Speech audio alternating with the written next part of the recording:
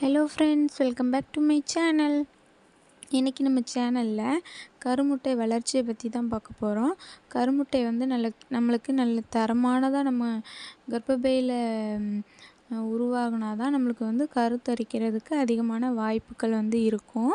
அது வந்து குவாலிட்டியாக இல்லை, தரமானதாக இல்லை அப்படிங்கிற பட்சத்தில் வந்து கரு வந்து தங்காது. நம்மளுக்கு வந்து ரெகுலராக பீரியட்ஸ் வந்து வந்துகிட்டே தான் இருக்கும். கர்ப்பம் தரிக்கிறதுக்கு நம்மளுக்கு எப்படி தரமான கருமுட்டையாக நம்மளுக்கு உருவாகும் அப்படிங்கிறத பார்த்தா, நம்மளை வந்து சாப்பிட்ற உணவு வந்து நம்ம ரெகுலராக என்னென்ன சாப்பிட்லாம், அதை வச்சு நம்மளுக்கு கருமுட்டை வந்து ஸ்ட்ராங் ஆகுமா அப்படின்னு பார்த்திங்கன்னா, நம்ம ரெகுலராக என்னென்ன சாப்பாடு சாப்பிட்றோமோ அதை வச்சும் நம்மளுக்கு வந்து இந்த கருமுட்டை வந்து ஸ்ட்ராங் ஆகும். அது என்னென்ன சாப்பாடுன்ட்டு நம்ம இப்போ பார்க்கலாம் வாங்க. ஃபஸ்ட்டு பார்த்திங்கன்னா, பருப்பு வகைகளில் நம்ம வந்து பச்சை பயிறுன்னு சொல்லுவோம்ல, பாசிப்பயிறு. அந்த மாதிரி பாசிப்பயிறு வந்து முளைக்கட்டி வந்து சாப்பிட்லாம். முளைக்கட்ட வைக்கணும், ஊற வச்சு காலையில் ஊற வைக்கணும். நைட்டு வந்து ஒரு வெள்ளை துணியில், காட்டன் துணியில் கட்டி வச்சு தண்ணி தெளித்து வச்சோன்னா நம்ம காலையில் எடுத்து பார்த்தோன்னா அதுக்குள்ளே வந்து நல்லா முளைச்சிரும். அதுதான் முளைக்கட்டி பயிறுன்னு சொல்லுவாங்க. அந்த முளைக்கட்டி பயிறு வந்து நம்மளுக்கு ரொம்ப சத்து கூடினது. இந்த பயிர் வந்து நம்ம சாப்பிட்றதுனால நம்ம கருமுட்டை வந்து இன்னும் ரொம்ப ஹெல்த்தியாக நம்மளுக்கு வந்து உருவாகும். நம்மளுக்கு வந்து கர்ப்பம் தரிக்கிற வாய்ப்பு வந்து ரொம்ப அதிகரிக்கும். அதனால் நீங்கள் வந்து பாசி பயிரை வந்து முளைக்கட்டி வச்சு சாப்பிடுங்க. உங்களுக்கு முளைக்கட்டி பயிறு சாப்பிட முடியல அப்படிங்கிற பட்சத்தில் அதை வந்து நீங்கள் அவிச்சு அந்த மாதிரி நீங்கள் சாப்பிட்லாம். சில பேருக்கு வந்து குழம்பு வச்சு சாப்பிட்ணுன்ட்டு தோணும். குழம்பு வச்சு நீங்கள் வந்து சாப்பிட்டுக்கலாம் ஃப்ரெண்ட்ஸ். உங்களுக்கு எப்படி தோணுதோ அந்த மாதிரி இந்த பயிர் வந்து நீங்கள் சாப்பிடுங்க. இது ரொம்ப ரொம்ப ஹெல்த்தி. அதுக்குன்னு பாசி பயிர் மட்டும்தான் சாப்பிட்ணுமா அப்படின்லாம் இல்லை. சுண்டல் சாப்பிட்லாம். கருப்பு கொண்டக்கடலை இருக்குல்ல, கருப்பு கொண்டக்கடலை வந்து ரொம்ப சத்து மிகுந்தது.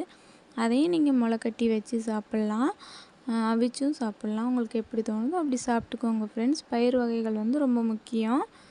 நெக்ஸ்ட்டு பார்த்திங்கன்னா,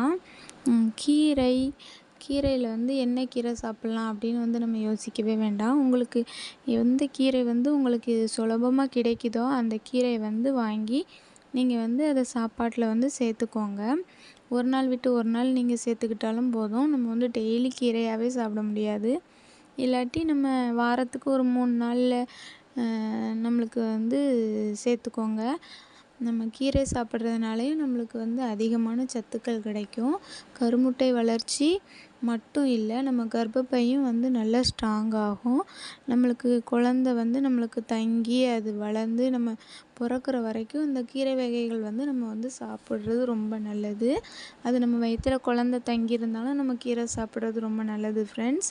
கீரையை வந்து சாப்பிட்டுக்கோங்க. நெக்ஸ்ட்டு பார்த்திங்கன்னா, காய்கறிகளில் வந்து பச்சை நிறத்தில் என்னென்ன காய்கறிகள்லாம் இருக்குதோ அந்த காய்கறிகள் அத்தனையும் நீங்கள் சாப்பாட்டில் சேர்த்துக்கணும்.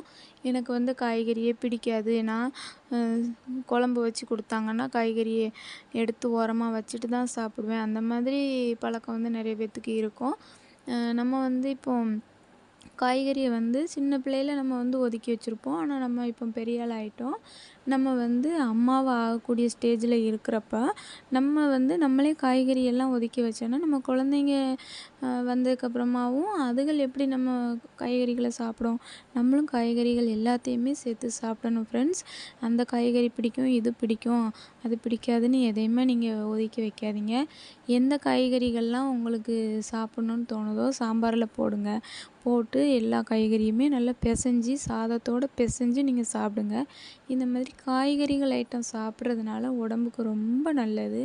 இந்த மாதிரி ஆரோக்கியமான நேச்சுரலான பொருட்கள் வந்து உணவுகள் வந்து நம்ம எடுத்துக்கிட்டோன்னா நம்மளுக்கு எந்த எஃபெக்ட்டுமே ஆகாது. நம்ம மருந்து மாத்திரையால் எதையுமே குணப்படுத்தணும்னு நினைக்க வேண்டாம் ஃப்ரெண்ட்ஸ். இந்த மாதிரி நம்ம சாப்பாட்டுனாலேயும் நிறையா ப்ராப்ளத்தை வந்து நம்ம உடம்புல உள்ள ப்ராப்ளத்தை வந்து நம்ம சரி பண்ணிக்கிடலாம். காய்கறிகளை நீங்கள் வந்து டெய்லி எடுத்துக்கோங்க. அதுக்கப்புறம் பார்த்திங்கன்னா, பால் வந்து நம்மளுக்கு வந்து கால்சியம் சத்து வந்து ரொம்ப நிறைஞ்சிருக்கு. பால் குடிக்கிறது வந்து ரொம்ப நல்லது. பால் ஐட்டத்தில் வந்து பால் மட்டும்தான் குடிக்கணுமா அப்படின்லாம் இல்லை. தயிர், மோர் அந்த மாதிரி பால் ஐட்டங்களில் என்னென்னலாம் செய்வாங்களோ அது எல்லாமே நீங்கள் சாப்பாட்டில் சேர்த்துக்கோங்க. உங்களுக்கு என்னென்ன சாப்பிட தோணுதோ அதை நீங்கள் வாங்கி சாப்பிடுங்க பால் ஐட்டத்தில்.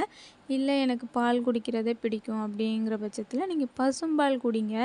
நம்ம பாக்கெட் பாலில் வந்து எந்த சத்துக்களுமே கிடையாது. அது குடிக்கிறது வந்து நம்மளுக்கு வேஸ்ட்டுன்னு தான் நான் சொல்லுவேன். பசும்பால் கிடைக்காதவங்க வேணால் பாக்கெட் பால் வந்து குடிச்சிக்கோங்க. ஏன்னா பசும்பால் கிடைக்கிறவங்க நீங்கள் கண்டிப்பாக பசும்பால் வாங்கி தண்ணி அதிகமாக சேர்த்துக்காம நீங்கள் நல்லா கொதிக்க வச்சு நீங்கள் வந்து சாப்பிடுங்க. பால் சாப்பிட்றதுனால ரொம்ப ரொம்ப ஹெல்த்தி. நம்ம கருமுட்டையும் தரமான கருமுட்டை நம்மளுக்கு வந்து உருவாகும் நம்ம வயிற்றுக்குள்ளே. நெக்ஸ்ட்டு பார்த்திங்கன்னா வேர்க்கடலை வந்து சாப்பிட்றது. வேர்க்கடலை மட்டும் இல்லை, இந்த நட்ஸ் வகைகள் என்னென்ன இருக்கோ எல்லாமே சாப்பிடுங்க. வேர்க்கடலை வந்து சாப்பிட்லாம். அதுக்கப்புறமா பாதாம் சாப்பிட்லாம். அதுக்கப்புறமா பிஸ்தா சாப்பிட்லாம். இந்த மாதிரி வந்து உங்களுக்கு என்னென்ன உங்களுக்கு ஈஸியாக கிடைக்குமோ அதை வந்து நீங்கள் வாங்கி சாப்பிடுங்க. அதுக்குன்னு கிடைக்காத பொருளையெல்லாம் நம்ம தேட வேண்டாம். உங்களுக்கு ஈஸியாக வேர்க்கடலை கிடைக்குமா, நீங்கள் வேர்க்கடலை வாங்கி சாப்பிடுங்க. அதுக்கப்புறமா பாதாம் பருப்பு உங்களுக்கு வாங்கி சாப்பிட முடியுமா, வாங்கினீங்கன்னா நல்லா ஒரு கப்பில் ஊற வச்சுக்கோங்க. ஊற வச்சு நம்ம சாப்பிட்றது இன்னும் நல்லது பாதாம் பருப்பு. இந்த மாதிரி உங்களுக்கு என்னென்னது உங்களுக்கு கிடைக்குதோ ஈஸியாக அதை வாங்கி சாப்பிடுங்க. நட்ஸ் வகைகளும் வந்து நம்மளுக்கு வந்து ரொம்ப நல்லது தான். நெக்ஸ்ட்டு பார்த்திங்கன்னா எள் வந்து நம்ம குழம்புல அந்த மாதிரி எதுலேயுமே சேர்த்துக்க முடியாது. எள் பொடி வேணால் திரித்து நம்ம சாப்பிட்லாம். எள் பொடி வந்து எள்ளை நல்லா வறுத்து அதை வந்து எள் பொடியாக்கி தோசைக்கு தொட்டு சாப்பிட்டுக்கலாம். இல்லை நம்ம சாதத்துக்கு மேதான் தொட்டுக்கணுன்னா தொட்டுக்கிடலாம். அந்த மாதிரி எள் வந்து அதிகமாக சாப்பிடுங்க. அது நம்ம உடம்புக்கு ரொம்ப நல்லது. நல்லா ஸ்ட்ராங்கு கொடுக்கும். நம்ம கருமுட்டை வந்து நல்லா ஸ்ட்ராங்காக வளரும். எள் சேர்த்துக்கோங்க ஃப்ரெண்ட்ஸ்.